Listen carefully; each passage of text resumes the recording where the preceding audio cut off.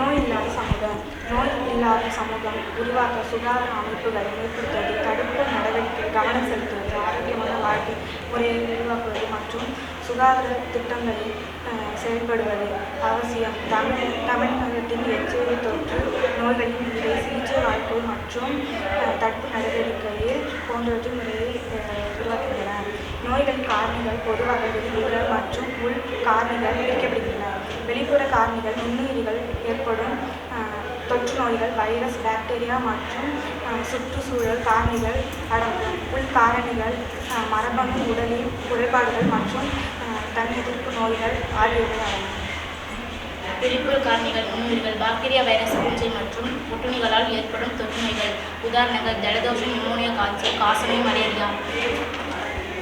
சுற்றுச்சூழல் காரணிகள் மாசுபாடு, கதிர்வீச்சு மற்றும் ரசாயனங்கள். சமூக மற்றும் நடத்தை காரணிகள் புகைப்பிடித்தல் மற்றும் அருந்துதல், ஆரோக்கியன்ற உணவு பழக்கம், உடற்பயிற்சியின்மை. உள்காரணிகள் மரபியல், சில நோய்கள் விரைவிலேயே மரபணுக்களால் ஏற்படலாம். உடலின் செயலிழப்பு, உடலின் இயல்பான செயல்பாடுகளில் ஏற்படும் குறைபாடுகள். உதாரணங்கள்: நீரிழிவு, இதய நோய்கள், பக்கவாதம், புற்றுநோய், தன்னிறைவு நோய்கள். உடலின் நோய் எதிர்ப்பு மண்டலம் அதன் போன்ற சொந்த செல்களை தாக்கும் போது ஏற்படும் நோய்கள். மனநல காரணிகள் மன அழுத்தம், பதட்டம் மற்றும் மனச்சோர்வு போன்ற மனநல பிரச்சனைகள் சில நோய்களுக்கு வழிவகுக்கும்.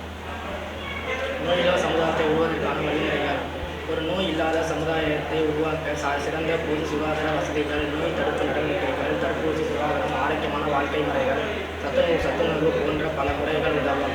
தடுப்பூசி மற்றும் கட்டுப்பாடு. தடுப்பூசி குழந்தை மற்றும் பெரியவர்களுக்கு தேவையான அனைத்து தடுப்பூசிகளையும் செலுத்துவதன் மூலம் பல நோய்களை தடுக்கலாம்.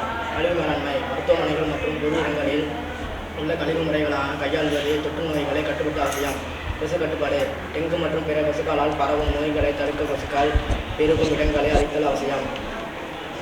நோயினால் உருவாகும் பாதிப்புகள். நோய்கள் சமூகத்தில் பொருளாதார, சுகாதாரம், சமூக மற்றும் மன ரீதியான பாதிப்புகளை ஏற்படுத்துகின்றன. பொருளாதார ரீதியாக நோய்கள் வேலை செய்யும் திறனை பாதிப்பதால் வருமானம் குறைகிறது, மேலும் மருத்துவ செலவுகள் அதிகரிக்கின்றது. சுகாதார ரீதியாக பரவும் நோய்கள் சமூகத்தில் பெரும் பாதிப்பை ஏற்படுத்தப்படுகின்றன. அதே சமயம் நாட்பட்ட நோய்கள் நீண்டகால சுகாதார அமைப்பின் மீது அழுத்தத்தை ஏற்படுத்தப்படுகின்றன. சமூக ரீதியான நோய் பரவும்போது குடும்பங்களுக்கு சமூக ஆதரவு தேவைகள் அதிகரிக்கும் மற்றும் சமூக உறவுகள் பாதிக்கப்படலாம். மன ரீதியாக நோய் மற்றும் அதன் விளைவுகளால் ஏற்படும் கவலை, மனச்சோர்வு போன்றவை ஏற்படலாம்.